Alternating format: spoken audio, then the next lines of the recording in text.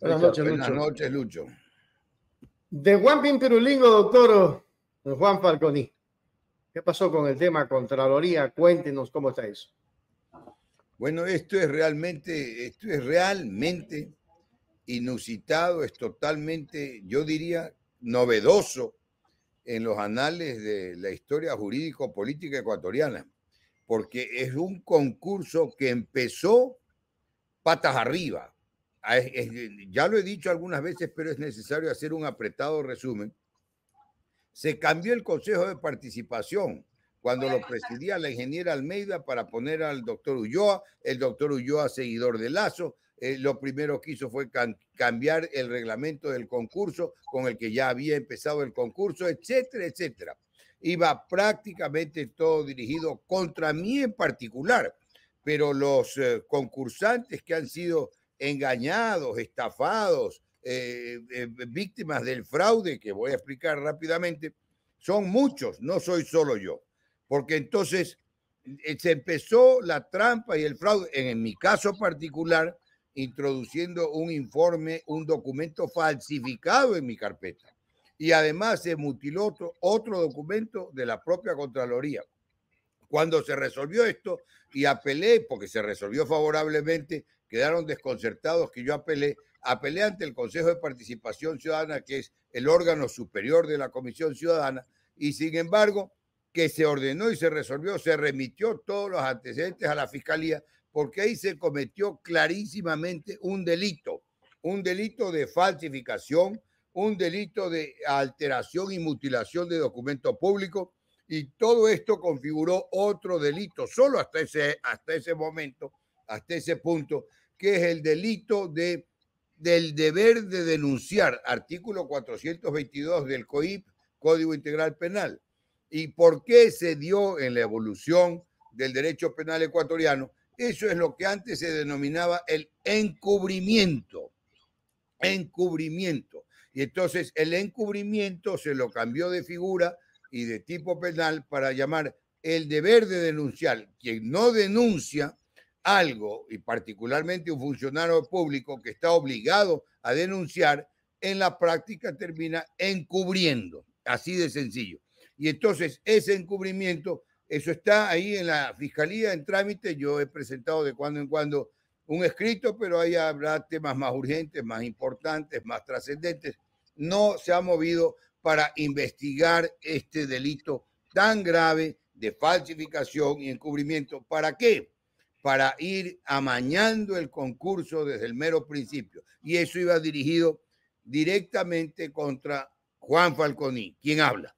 Superada esa etapa, pasamos a la presentación de los méritos. En los méritos, lo que parece casi un chiste grotesco. A mí me bajaron 3 puntos.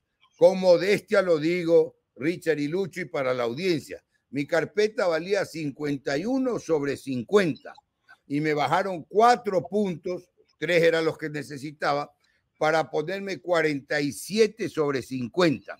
¿Por qué? Porque supuestamente no completaba una información sobre el ejercicio profesional. ¿Quién duda en este país de mi ejercicio profesional? Y ya van a ver dónde termina todo esto.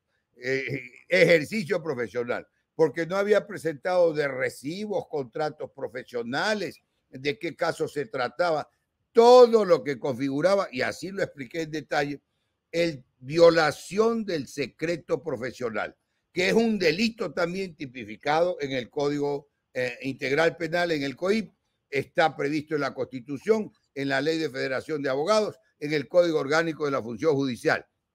No se puede violar el secreto profesional. Pero yo sí presenté el título, el registro, el RUC, ¿verdad? Y eso era suficiente porque esto venía en añadidura. Claro. Expliqué que los actos que prohíbe la ley, como era requerir esos certificados, terminaban pidiendo una entrega de obra, como si se tratara de construcción pública, ¿no? Entrega de obra, y expliqué que los actos que prohíbe la ley son nulos y de ningún valor. Esa parte era nula del reglamento. Eso que acabo de anotar lo dice el Código Civil en el artículo 9. Entonces me bajaron esos 3 puntos en la práctica, valía un punto más de lo requerido, y así pasamos a la prueba de oposición al examen escrito. En el examen escrito, el día del examen, ustedes sacaron aquí la noticia de esa horda de cobardes y canallas remunerados probablemente por Isaías y con la coordinación desde el Ministerio de Gobierno de este gobierno que ha sido un desgobierno permanente y felizmente ya se acaba, ¿verdad? Porque ha sido el gobierno del encuentro, pero con el fraude. Todo ha sido fraude alrededor de este gobierno, sobre todo en tratándose de manejar las otras instancias y las otras instituciones del Estado y las otras funciones del Estado que no ha debido meterse para nada. Entonces se produjo ahí un ataque cobarde por la espalda, por atrás, ustedes sacaron hasta los videos.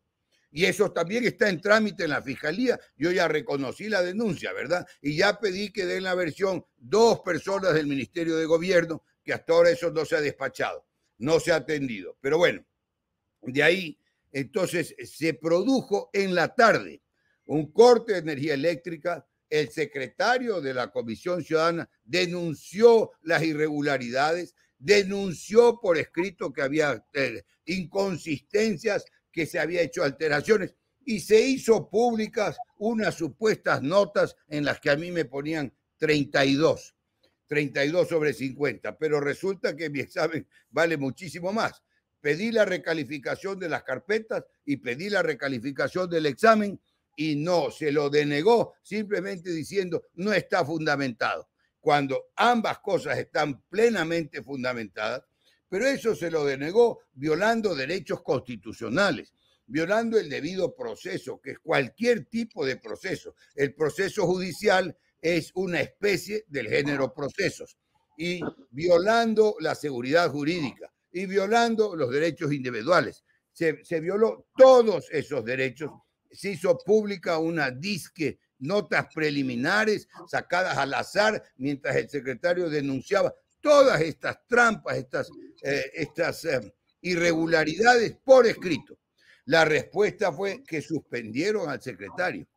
Y de ahí siguió el trámite, terminó las recalificaciones, han puesto las notas y las recalificaciones, han emitido las que le da la gana, las que no les da la gana, no, una comisión corrupta que tuvo el cinismo, su presidente Sechalco, de presentarse en el Consejo de Participación Ciudadana, que lo solapó abiertamente.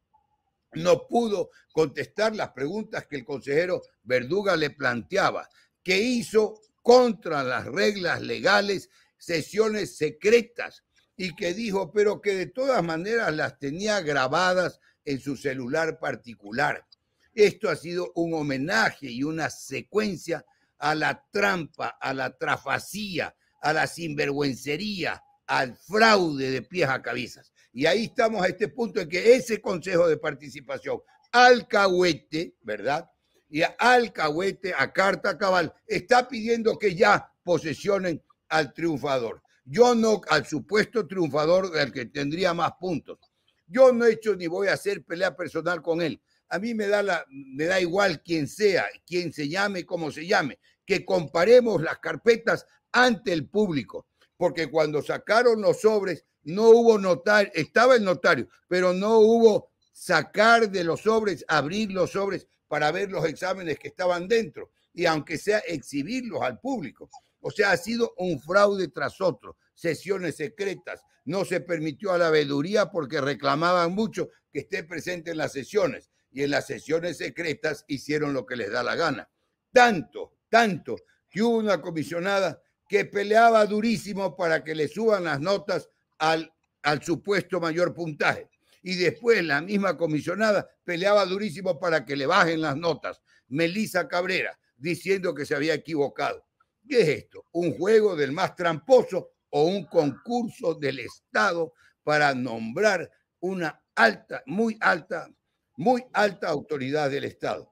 Y que se tenga claro, Richard y Lucho y la audiencia. ¿Y por qué esto? Porque obviamente el Contralor va a verificar, auditar, examinar el pasado. El contador no es hacia futuro. Al presidente electo no le interesa ni estará peleando ni perdiendo tiempo en la nominación del Contralor, porque el Contralor no actúa, no revisa, no audita hechos futuros, sino el pasado, lo que está dado. Y ciertamente que en este gobierno hay un extenso pasado para auditar, para investigar, para analizar. Esa es la síntesis del concurso y hemos llegado. Y esta parte, para la conclusión, yo he planteado una acción de protección. Ha recaído la acción de protección en una jueza con sede en Iñaquito, el centro judicial de Iñaquito, en la ciudad de Quito, y está en trámite. La jueza, con buen criterio, por cautela, para que esto sea muy bien cuadrado jurídicamente hablando, ha pedido que se complete algo, se completó y la acción de protección tendría que seguir su trámite. Pero quiero destacar algo, estimados amigos, y para la audiencia. Al único que le robaron los puntos en los méritos profesionales no es a mí, a un montón, porque son un montón de participantes. Después que se admitieron y se subsanaron los requisitos que todos habíamos y debíamos cumplir. A unos se les subsanó requisitos, a unos tenían caución, otros tenían otros impedimentos, todo el mundo va. Pero entonces estos requisitos fueron subsanados y estamos en el punto de que tiene que solucionarse y resolverse varias acciones de protección. Y ahí voy a dar nombres y apellidos porque este colega postulante me autorizó a dar su nombre. Es José Ignacio Valdivieso. Tiene 8 títulos. 8 títulos, óigaseme bien. Y con 8 títulos le robaron puntos en la calificación profesional, perdón. Imagínense, envió una comunicación clarísima, un cartel prácticamente pidiendo explicaciones al Consejo de Participación. Después de relatar lo que él había enviado, le dicen, pero ya se nombró. O sea, ya se nombró. Van a la teoría de los hechos consumados. Que no se revise el fraude, que está hecho consumado, que se consolide y que viva el país y siga viviendo en el encuentro con el fraude. No es posible esto, no hay que permitirlo. Y en la asamblea, que es porque felizmente tiene que posesionarse ante la asamblea. En la asamblea habrá, espero yo, algún diputado, porque son diputados a la asamblea, ya lo he explicado, algún diputado a la asamblea que reclame por estos fraudes escandalosos.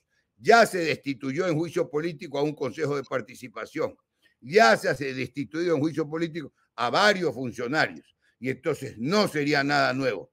Pero en la instancia que debe en este estado intervenir en apoyo del sistema judicial o a falta del sistema judicial es el órgano legislativo, que el órgano legislativo tiene que posesionar al nuevo Contralor, pero al que gane un concurso en buena ley, como se dice, legítimamente, sin los fraudes que se han dado en este.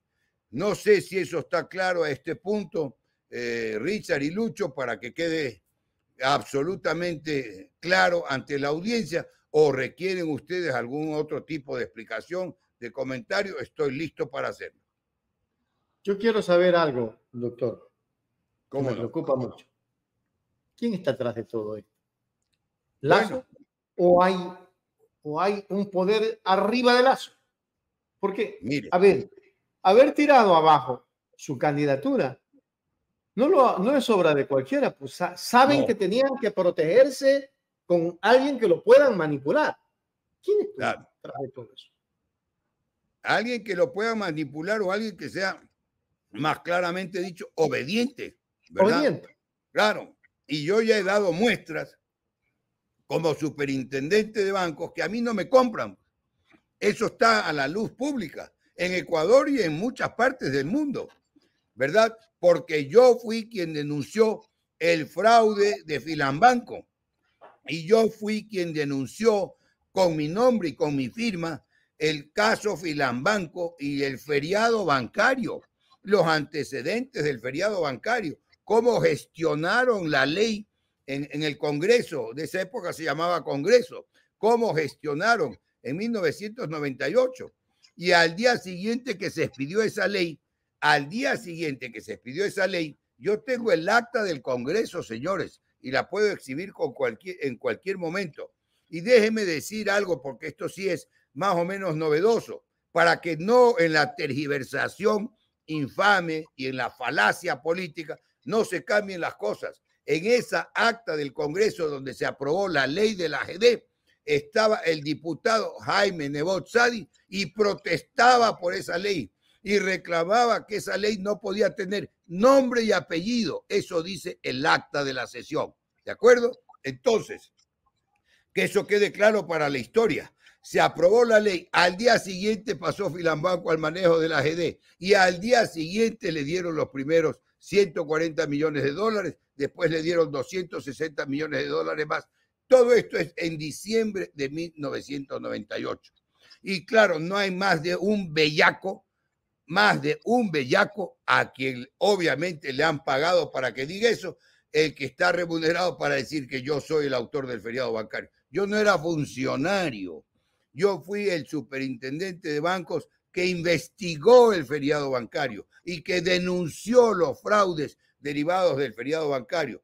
Porque óigaseme bien, estimados amigos, sobre todo para la audiencia, quiebran los bancos, pero no los banqueros. En este caso, hay banqueros que hicieron más plata de la que ya tenían con el feriado bancario, sacándole la plata al Estado para que el Estado devuelva los depósitos. ¿Y quién financia? Básicamente porque lo ha venido haciendo a través del tiempo. ¿Y quién financia los testaferros? ¿Quién financiaba los medios y las cloacas con antena, como en su momento las denominé? Era obviamente Roberto Isaías. No es toda la familia y no meto a toda la familia, porque es una familia larga que tiene muchas ramificaciones. No es toda la familia, es Roberto Isaías. Y Roberto Isaías coaligado con este gobierno, porque es en este gobierno que le devolvieron los bienes que se incautaron en el gobierno del presidente Correa, para que algo recupere el Estado. Y los bienes que se incautaron apenas eran calculando las pérdidas que tenía el banco a diciembre del 98 cuando se lo entregó a la AGD. Y esas pérdidas eran de 652 millones de dólares. No dicho por la superintendencia, no dicho por mí, no dicho por nada menos que por Deloitte & Touche, una compañía auditora internacional. Todo eso está en libros, está escrito por mí. Qué pena que no lo tengo a la mano, lo hubiera exhibido. Hay un libro de 2 tomos, más de 1000 páginas, que se llama Documentos del caso Filambanco, que consiguieron que no circule, que lo secuestraban aquí, que lo compraban todas las ejemplares por allá. Todas las trafacías que se le pueda aún imaginar, como han hecho ahora con este concurso. Esa es la síntesis, mis estimados amigos, para que quede claro y que quede claro ante la historia. Esos son los beneficiarios, esos son los que pagaron y los que coordinaron a los que me atacaron el día 30 de septiembre cuando ingresaba a dar el examen. Le pusieron cadena a la puerta por fuera, una cadena con candado. Y cuando le gritaba a la policía que abra la puerta, se dieron vuelta y se metieron adentro, porque estaban coordinados con 2 personas del Ministerio de Gobierno, coordinados en todo ese ataque miserable y cobarde por la espalda, en manada, porque eran una verdadera manada de animales, que desde aquellos que son generalmente e individualmente inofensivos, pero que en manada atacan al hombre. Esa es la síntesis, Lucho. En eso usted me ha tocado realmente una fibra y estamos donde estamos por eso. Pero no crea, y yo no creo, voy a transmitir claramente, yo no creo, he visto y he puesto atención al discurso del presidente electo cuando ha recibido las credenciales y se ha referido a los grupos de poder que por décadas, que no se malinterprete, ¿cuáles son los grupos de poder que por décadas, para aquellos ignorantes que no saben, que entiendan que década es 10, década es 10, y cuando habla de décadas son varias veces 10 años, que no estaba el presidente Correa varias veces 10 años atrás, no está hace 30, 40 años dominando, ni es grupo de poder imperante en este país. es la mafia de cómo la que ha venido manejando Roberto Isaías, que hasta ahora la maneja desde el exterior. Esa es la síntesis, Lucho. Que quede claro y que graben bien todos los cobardes. La acusación va directa para Roberto Isaías. Coordinado con el gobierno. Coordinado con el gobierno de Guillermo Lasso. Así es, con el gobierno que está terminando. Correcto. Eso era lo que queríamos conocer un poco de ese tema. Lucho, no sé si tienes algo. Ahí lo tiene. Y solo termino con esto antes, perdóneme, estimado Lucho, que todo lo que he dicho está demostrado, está escrito en un libro por mí, 2 tomos, más de 1000 páginas, y se lo puede demostrar con instrumentos públicos en cualquier momento, ante cualquier tribunal o grupo de ciudadanos. Así de sencillo. Doctor, usted nos está narrando hechos que hoy en día la juventud no los conoce. Es decir, hay mucha gente joven que realmente no lo conoce a usted en su historial, en su personalidad y lo que usted ha brindado al país. Es importante que se sepa, en un resumen nomás, el feriado bancario de los hermanos Isaías y muchos banqueros más, que verdaderamente se hacían unos préstamos vinculados. Y estos préstamos vinculados, ¿qué era? ¿Por qué entregaron bienes que lo estuvieron valorizando, por decir un valor en 1 millón, cuando realmente valían 200.000? Es decir, era un negociado que tenían entre ellos mismos, le daban como gerente a un conserje y ese dinero se lo llevaban ellos mismos, y además declararon la quiebra de los bancos y el Estado fue que repuso el dinero, pero ellos se engordaron y se fueron. Solamente en una síntesis, doctor, para que hay mucha gente joven que realmente no vivió la etapa del feriado bancario. Doctor. Doctor.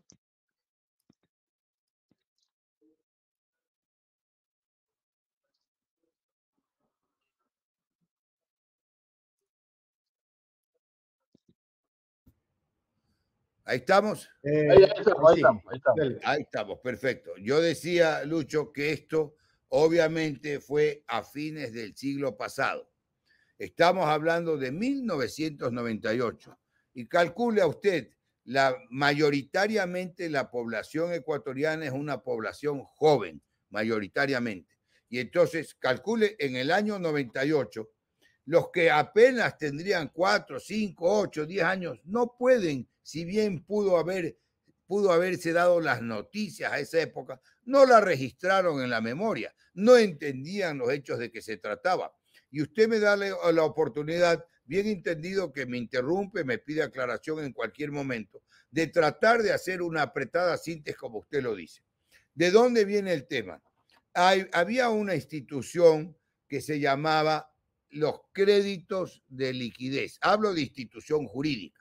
Los créditos de liquidez los daba el Banco Central y el Banco Central los daba al Sistema Financiero Nacional cuando por cualquier motivo un banco tenía una situación de iliquidez, falta de dinero efectivo. Eso es iliquidez. No hay que ponerle mucha conjetura ni mucha complicación. Falta de dinero en efectivo.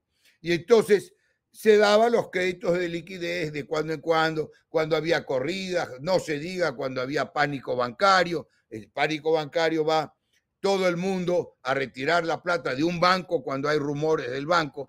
Todo banco, que se tenga claro, y el nombre viene porque los negociantes, los que daban préstamos, se sentaban en los bancos de las plazas. Estoy hablando de la Edad Media, Lucho, ¿no? Se sentaban en los bancos de las plazas y de ahí viene el nombre de banco para estas instituciones que reciben depósitos del público y esos depósitos los dan en préstamo a otra gente que necesita ese dinero efectivo. Y todo banco parte del supuesto que no van todos los depositantes a retirarles todos los depósitos al mismo tiempo. Parten de ese supuesto, lo cual es lógico. Pero cuando hay una situación de inseguridad, de desconfianza Entonces se da una corrida y van y retiran la plata de un solo banco, y ha habido muchos episodios a través de la historia en Ecuador que se han dado estos hechos, ¿verdad? De estas corridas bancarias, de estos problemas, que se hizo crisis en 1998, y ahí cuando se produjo pues este famoso feriado bancario, ¿verdad? Entonces, se daban los préstamos de liquidez, y en el caso concreto, eso desapareció con la dolarización, porque el Banco Central ya no pudo dar más créditos de liquidez con la dolarización. Y entonces, cuando se daban circunstancias especiales, el crédito era, como lo acabo de explicar, para suplir la falta de efectivo y devolver la plata depositada. Por eso era liquidez, pero los préstamos no eran de insolvencia. Los préstamos no era cuando el banco era insolvente. Y hay bancos, y hubo bancos, y Filambanco era insolvente. ¿Qué quiere decir esto? Que todos los activos, aún realizados, puestos en venta, no daban el dinero suficiente para cubrir los pasivos, es decir, sus obligaciones, sus deudas. Estoy tratando de ponerlo en las palabras más sencillas posibles. Y entonces, y claro, no iban a poder nunca, porque en el caso de Filambanco se daban autopréstamos, como usted ha señalado, pero esos autopréstamos, la plata del público, eran a 7 años plazo, cero interés. Cero interés. Están ahí los documentos. Más alrededor de 200 millones de dólares dados en préstamos, autopréstamos, que es lo que se denominaba préstamos vinculados, que existía la prohibición legal, y existe obviamente, porque si se recibe dinero del público no es para que se lo presten a sí mismos los banqueros, ¿verdad? Y entonces esa era una de las razones, por los créditos vinculados, los malos manejos, las malas inversiones, etcétera. Eso llevó a este banco, como a otros, no fue el único, este era el más grande, a esa situación de insolvencia. Y cuando no tenían el dinero para devolver a sus depositantes y el riesgo era que termine en violencia, se fugaron. Y se generó la ley del AGD para que el Estado asuma devolver los depósitos en dinero a los depositantes. Y hasta ahora y nunca más, los bienes que se incautaron para cubrir solo las pérdidas, no toda la quiebra de Filambanco, que era casi 5.000 millones ya, y sumados intereses de hace 20 años, ¿no? No solo eso, sino todas las obligaciones de Filambanco, solo para cubrir las pérdidas contabilizadas a diciembre del 98, que pasó a la creada para ese efecto AGD, que pasó a la AGD, eran 652 millones. Los bienes incautados apenas cubrían esa cantidad, no toda la quiebra, repito. Y esos bienes se los devolvieron en este gobierno. Un juez, si no me equivoco, no hago la reserva de que estar violando una sentencia de él mismo ejecutoriada 3 años antes, un juez que me parece Lituma o algo así, le devolvió los bienes. Así es el paisito. Entonces, ¿cómo nos va a llamar la atención una trampa en el proceso y el concurso para nombrar contralor? De ninguna manera. Pues me explico, Lucho.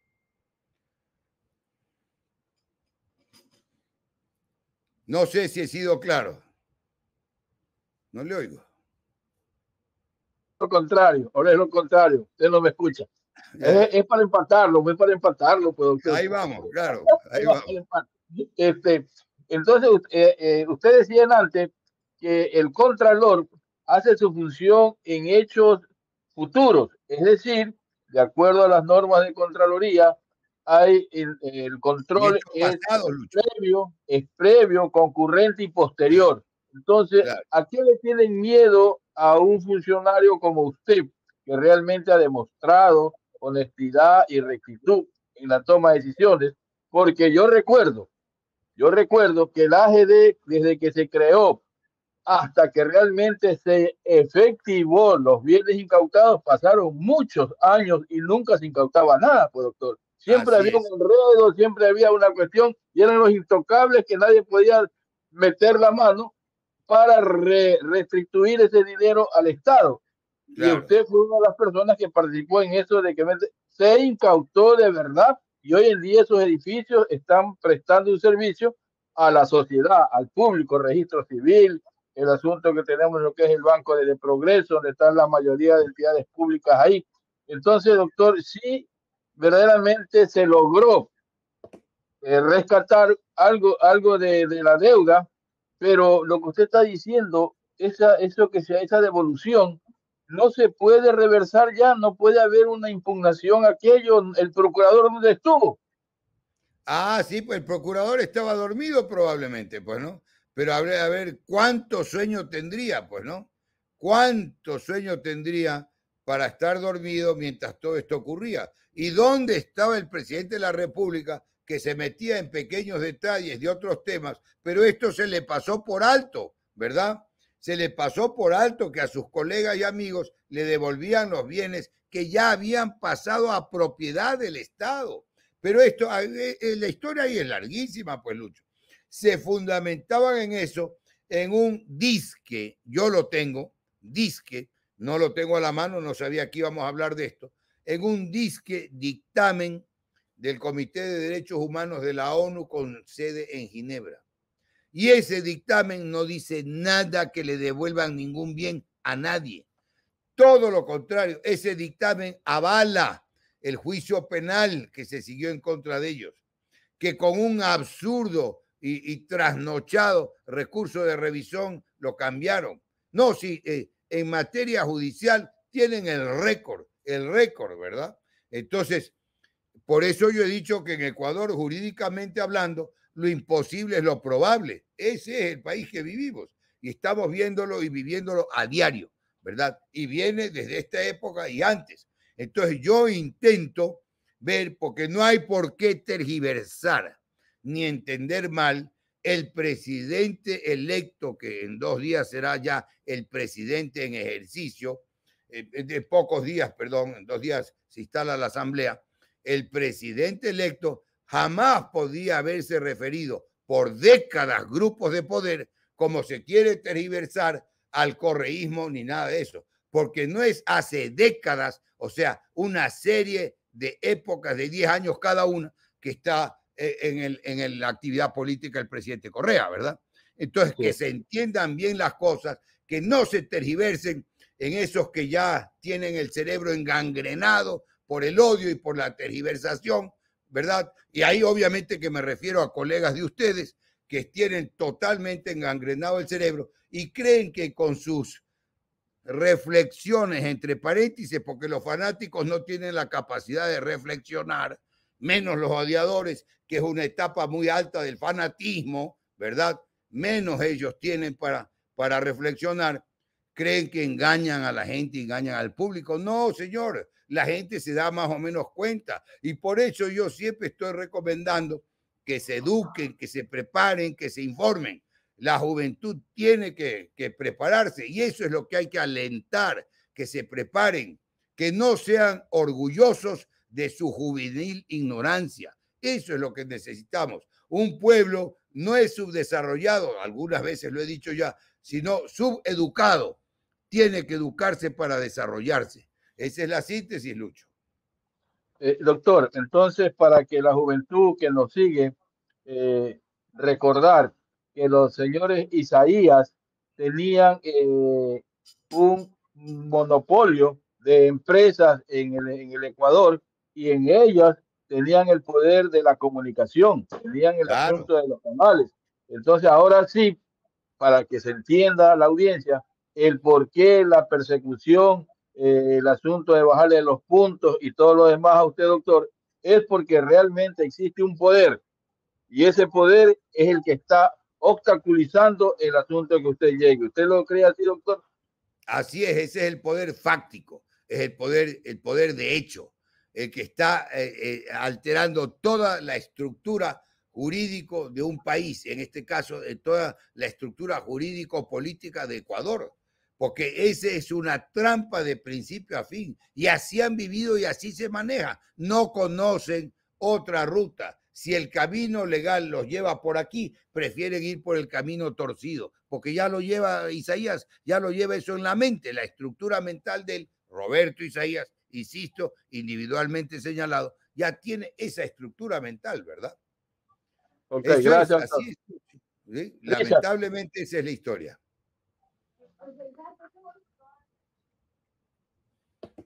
Oiga, Richard, sin audio. Ahí está el audio. Yo le decía que eso se llama la trilogía del poder. La trilogía del poder, yo siempre le he explicado a la gente con ejemplos, ¿no? ¿Qué es la trilogía del poder? La trilogía del poder, arriba están empresarios corruptos, ¿no? Porque hay empresarios buenos también. Claro. Empresarios que cumplen. Los empresarios, abajo están los medios de comunicación y a la otra esquina están los movimientos y partidos políticos hoy creados. Mire cómo es la trilogía del poder. Los empresarios malos, como los Isaías y toda esta gente, tienen medios de comunicación, pero también tienen movimientos y partidos políticos en la otra esquina. Claro. Entonces, cuando ellos se reúnen arriba, se reúnen para decirle a los ecuarris, a los telebabosas, oiga, tiene que bajarme a Juan Falconi, no me lo dejen, relaciónenlo con el correísmo, no puede estar, él fue el del feriado, y hacen una mancha y la repiten 1000 veces queriendo convertirla en verdad. Yo creo algo en esa trilogía del poder, que es necesario. Lucho anotaba algo importante, doctor, que era el tema de que los jóvenes desconocen. Yo creo que hay que colocar en la red un video que se viralice y tener inclusive una fanpage de aquello, o una página en Facebook y una en YouTube, contando la historia real, poco a poco, paso a paso. Viralizarla en TikTok, donde los jóvenes conozcan esa historia desconocida para ellos. Es importantísimo, en todo caso, comenzar a difundir. Pero vamos a pasar a otro tema. ¿Cómo no? Y es ese tema que yo sí quisiera que lo analice desde el punto jurídico y político.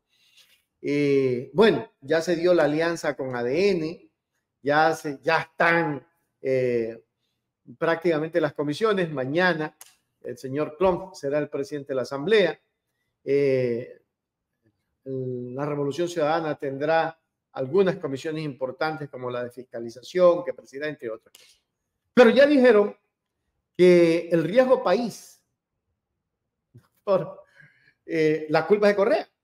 O sea, yo quisiera que usted lo maneje con un análisis profundo sobre esto. O sea, ¿hasta dónde tanta barbarie?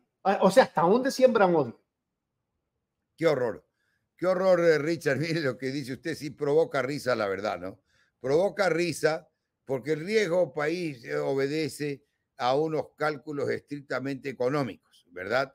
Y entonces se determina bajo, esto viene desde Nueva York, y se determina bajo ciertos supuestos económicos básicamente las condiciones de pagar la deuda. El riesgo país es estrictamente económico. No es político. ¿A quién creen esos ignorantes? Pero ignorantes con mayúscula que pretenden atribuir un convenio político al riesgo país.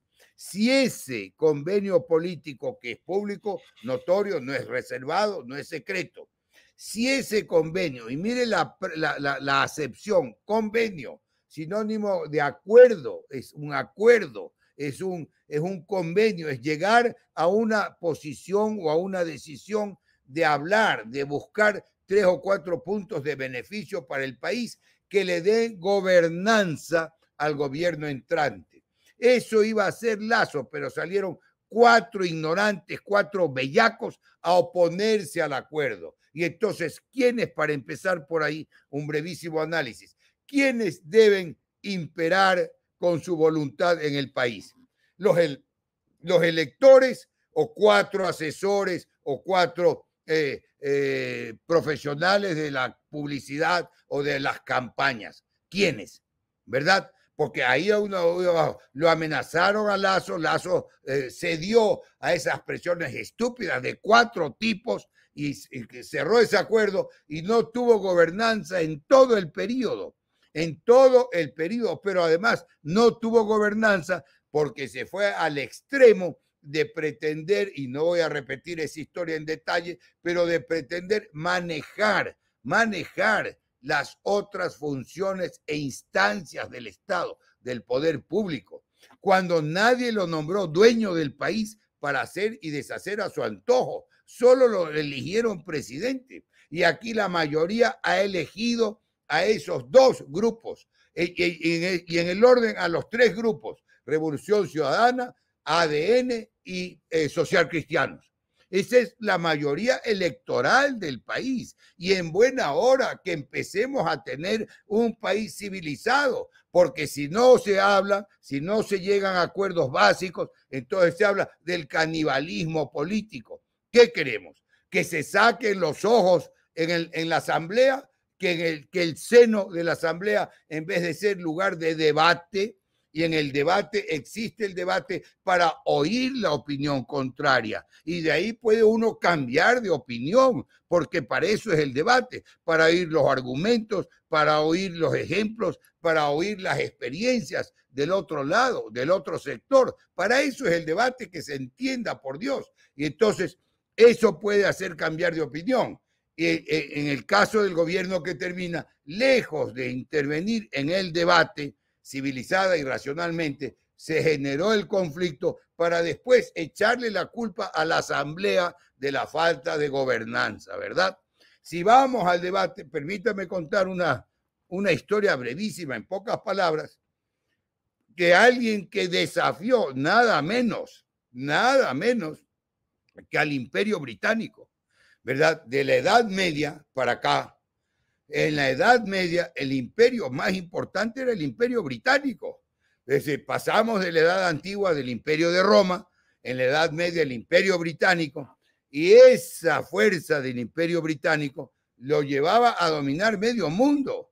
Y uno de los países, hoy países, que tenía como parte del Imperio Británico era nada menos que la India, hoy el país más poblado del mundo, porque ya superó a China, ¿verdad? Entre China e India tienen más de la mitad de los habitantes del mundo. El mundo está en 8.000 millones en números redondos, y estos tienen sumados 4.000 millones, ¿verdad? Estos dos países. Y entonces, Mahatma Gandhi, que era el gran líder indio, el gran líder de la India, se presentó a reclamar por la libertad de la India, nada menos que en el Parlamento británico. Y Churchill se refirió a Gandhi que cómo podía un descamisado, porque obviamente él andaba vestido muy sencillo, que cómo podría un descamisado venir a desafiar al Imperio Británico. Y Gandhi contestó que si estábamos para hacernos eco de aquel dicho de ojo por ojo, diente por diente, y Gandhi lo simplificó y dijo: ojo por ojo y todo el mundo quedará ciego. ¿Qué queremos? Miren lo que está ocurriendo en Gaza. Miremos lo que está ocurriendo en Gaza.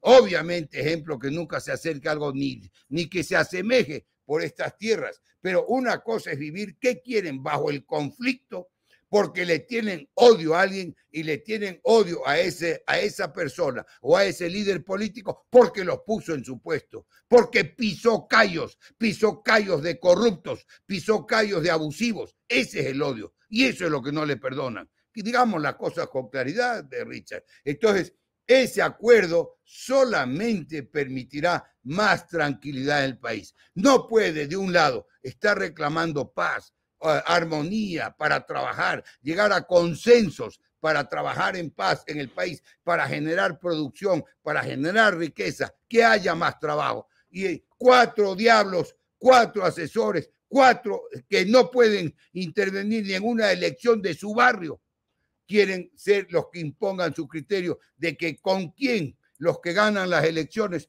con quién pueden o no hacer acuerdos. Eso es un disparate absolutamente.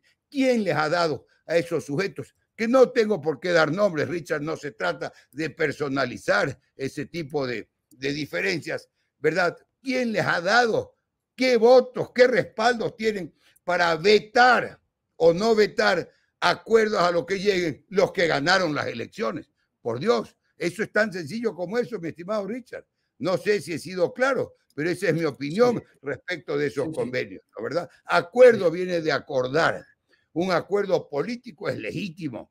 Si los países en guerra llegan a acuerdos y aquí quieren mantener un país como Ecuador, pequeño, quieren mantener a distintos sectores políticos, 4 fanáticos quieren mantenerlo dividido, odiándonos entre ecuatorianos. Esos son, el odio es un delito y esos son ahora autores y responsables del delito de odio. El momento que vayan a dar a la cárcel 4 o 5 odiadores, hasta ahí llega el odio.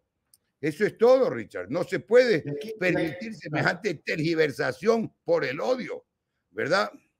Y aquí le voy a poner un gráfico. No sé si me están escuchando porque tuve que cambiar de máquina. Sí, esto está bien. Dice, 25 construye boletín de prensa. Somos la oposición. Así es, somos la oposición a las mafias y sus conexiones con la política. Somos la oposición a la impunidad, al autoritarismo, a la corrupción, a la concentración de poder. Somos la oposición al control de medios, al estado de propaganda. Somos la oposición al correísmo. Mire, yo quisiera, doctor, que solo esta primera frase la analice. ¿Por qué razón? Porque el correísmo tuvo el 48% de la votación, es decir, casi la mitad de los ecuatorianos, claro, excepto de otros que se equivocaron. Sí, llegamos al 56, todavía no sabemos realmente si es el 48 o es más, pero se habla del 48%. ¿Está generando odio este boletín de prensa? Yo quisiera un criterio de eso, porque inclusive lo voy a hacer en un video viral, porque no se puede permitir, doctor, que se siga sembrando odio. Este grupo de Construye se ha dedicado a destruir al país. Estaba Fernando Villavicencio en este mismo grupo que tanto odio causó al Ecuador y que tanto odio sembró entre ecuatorianos. Yo quiero su punto de vista, doctor. Mire, realmente el odio no lleva a ningún lado, Richard. El odio no lleva a ningún lado. Porque hay un dicho muy común que yo lo conocía desde niño. El mundo da vueltas. El mundo da vueltas. Y eso es totalmente variable. No se diga en política. El odio no lleva a ningún lado porque debe causar hasta enfermedad de las personas odiadoras, ¿verdad? No, deben tener un alma tumultuosa, no deben tener paz porque están cargados de odio, ¿verdad? Lo que lleva adelante a un país es el trabajo. Obviamente que hay diferencias, obviamente que hay discrepancias, obviamente que hay puntos en los que no necesariamente tiene que haber un acuerdo, pero si hay puntos en los que hay acuerdo, pues adelante con esos puntos y quede lo otro necesario. Yo era ministro de Industria y Comercio del presidente Borja, me acuerdo, era jovencito, y yo decía en alguna reunión pública, ante el público, alguna conferencia, que la oposición es necesaria, pero la oposición racional, la oposición fundamentada, la oposición analítica, porque la oposición termina en decir, debería hacerse esto en lugar de aquello, ¿verdad? Es su opinión, es su línea, pero la oposición ciega, per se, oposición por odio, no lleva a ningún lado. La gente, el público, el elector quiere paz, quiere armonía. No han votado por el odio. Y a eso debo entender yo, que pretendo entender y manejar bien el idioma castellano, debo entender que cuando se refería el presidente electo, hoy todavía electo, Noboa, a los grupos de poder que por décadas han estado manejando el país, no se refería al correísmo ni a nadie que tenga que ver con el correísmo. Porque además, ciertamente es un partido, hay más jóvenes, pero es un partido o es un sector o un movimiento político, como lo quiera llamar, relativamente joven, ¿verdad? Viene apenas de fines del siglo pasado, ¿no verdad? Versus otros países, el sector conservador, el sector liberal, vienen pues de fines de 1800, ¿no verdad? Entonces hay que tener un poco clara los momentos, la historia y los pasos que se han dado. ¿Qué queremos? Eso es lo primero. ¿Qué queremos? Yo le digo, y me atrevo a decirlo, casi que me atrevo a desafiar a esos odiadores a que hagan una consulta. Pues ustedes, ¿qué quieren que impere en el país? ¿La paz o el odio? Va a ver que todo el mundo le contesta la paz. Así de sencillo, Richard, ¿verdad?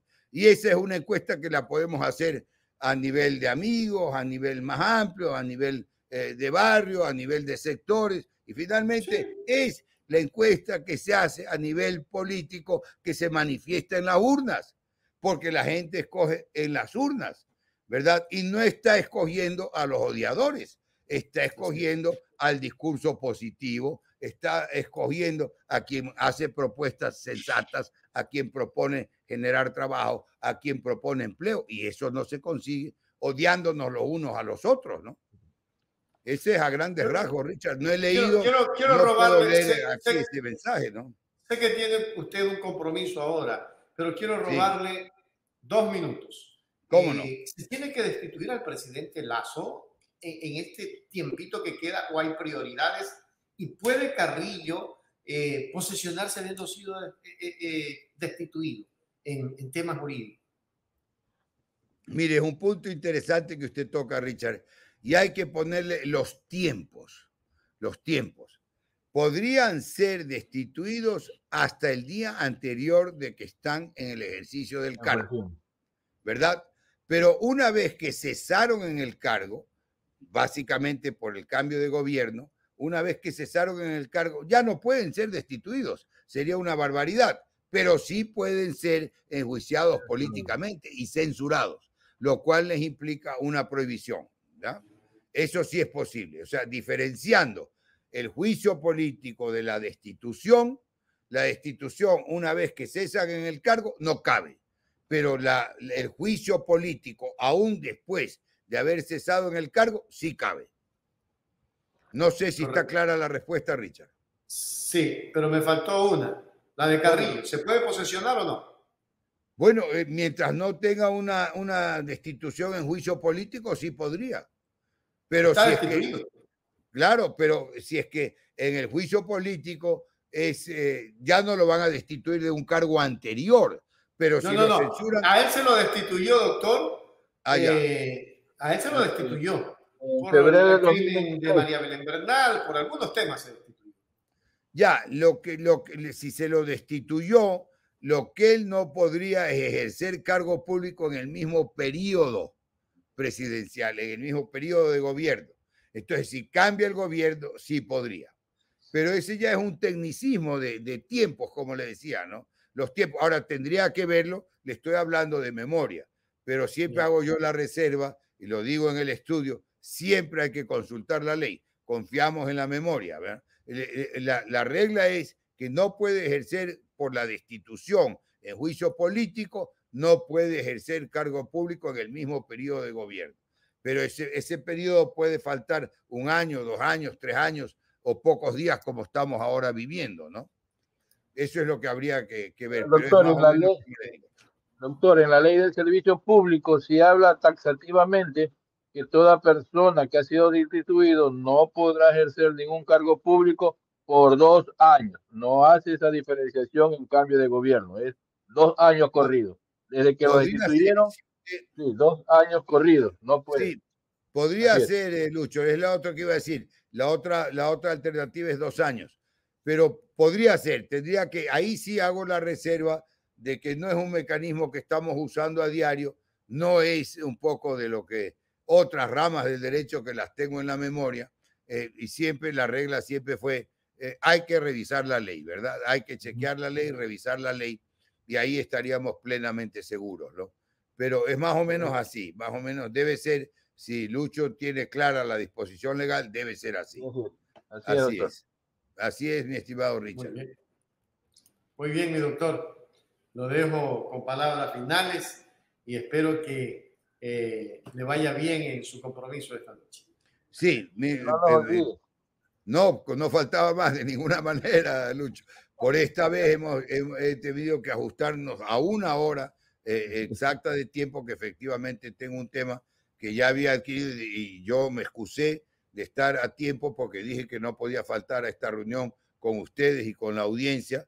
Y son mis palabras, pues tenemos ya y tenemos otras oportunidades próximamente, en 15 días, y todavía tenemos siquiera para 2 reuniones antes del fin de año, pero de todas maneras que aprovechemos, ya que se habló de un convenio, yo creo que hay que actuar con mucha energía, sobre todo con la verdad, pero esa energía no debe llevarnos a actos absurdos, actos estúpidos, a ir, como se dice comúnmente, contracorriente, ¿verdad? Tenemos que ir aplicar la energía en lo sensato, en la verdad, en lo que sea positivo, porque si estamos pensando solo en la destrucción, en el odio, no vamos para ningún lugar. Yo quisiera un poco tratar de llegar a la audiencia, sobre todo a la audiencia joven, en que tengan presente estos comentarios muy breves. El tiempo lamentablemente no nos da para más, pero estos comentarios muy breves para irlos aplicando y poco a poco se van haciendo una rutina de vida, ¿verdad? Y se van haciendo principios. Muchas veces vamos y recibimos los principios en casa, de nuestros padres, los ejemplos, los principios, en nuestra familia, más adelante en la escuela, en el colegio, en la universidad, y de ahí empezamos las cosas de la vida y vamos identificando al final del día cuál es la bandera que enarbolamos en la vida, porque tenemos que tener una identidad, una bandera, unos principios con los cuales nos identificamos, ¿verdad? Si usted ve vestido a una persona de cura, piensa que es cura. Si lo ve vestido de heladero, piensa que es heladero o de policía. Esa es la bandera que están enseñando a los demás. Esa es la bandera que han enarbolado en su vida. Y nosotros tenemos que enarbolar como ciudadanos comunes una bandera de principios, de seriedad, de verdad, básicamente de verdad y de legalidad. Y en eso es en lo que yo me rijo y eso es lo que he venido diciendo por años a mis alumnos, que ahora aprovecho para transmitirlo a la audiencia, Richard y Lucho. Mil gracias por esta nueva invitación y nos veremos en 15 días. Ok, mi doctor. Sí, Buenas noches. Un abrazo. Gracias. Gracias. A ustedes. Bueno.